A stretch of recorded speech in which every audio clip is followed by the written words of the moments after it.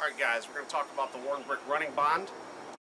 It is a brick stamp, very common for many manufacturers. We happen to like ours quite a bit. There's a lot of detail in here. It imprints very well. And one of the things you might notice on this stamp compared to some others is we have no grout lines on this part of the brick. We carry the grout lines in here. And what that does for you is it gives you a better stamp impression on those joints. You have a lot less detail work to take care of.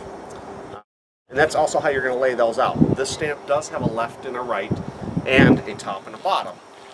This bottom, you've got the joint. This top, you do not. Alright, how you're going to lay these out? Very simple. You'll start one area.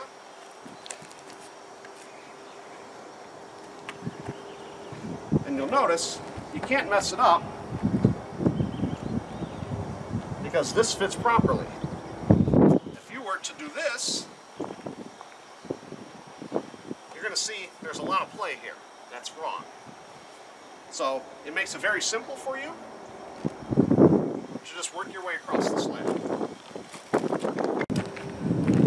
And when you go to start your next row, you're going to want to make sure if your big joints are on the right hand side, if this is the right half of that stamp, your next row will also have a right half of that stamp. So that grout line here matches up with no grout line on this side. Alright, you're going to see this is wide. It fits perfectly into the wide joint. For it to be wrong,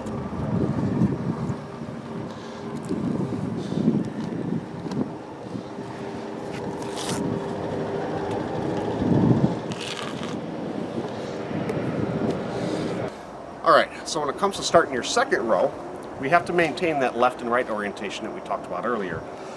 If your thick bricks are on your right hand side, your next row will also be on your right hand side, so your top and bottom grout lines are going to line up.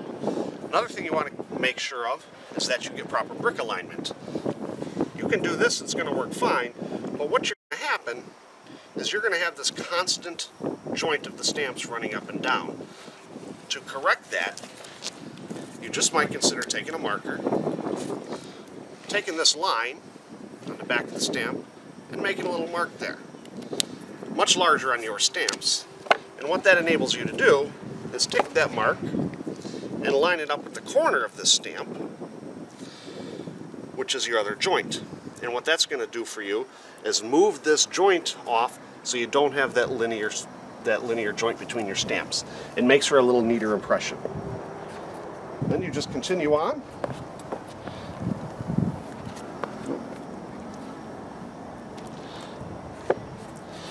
And the stamps will take care of the rest. There you have it, Warren Brick Running Bond.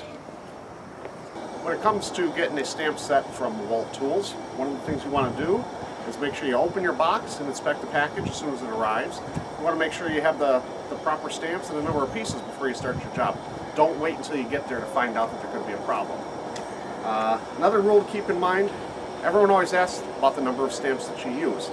The number of stamps should be enough to get across your project and start another row.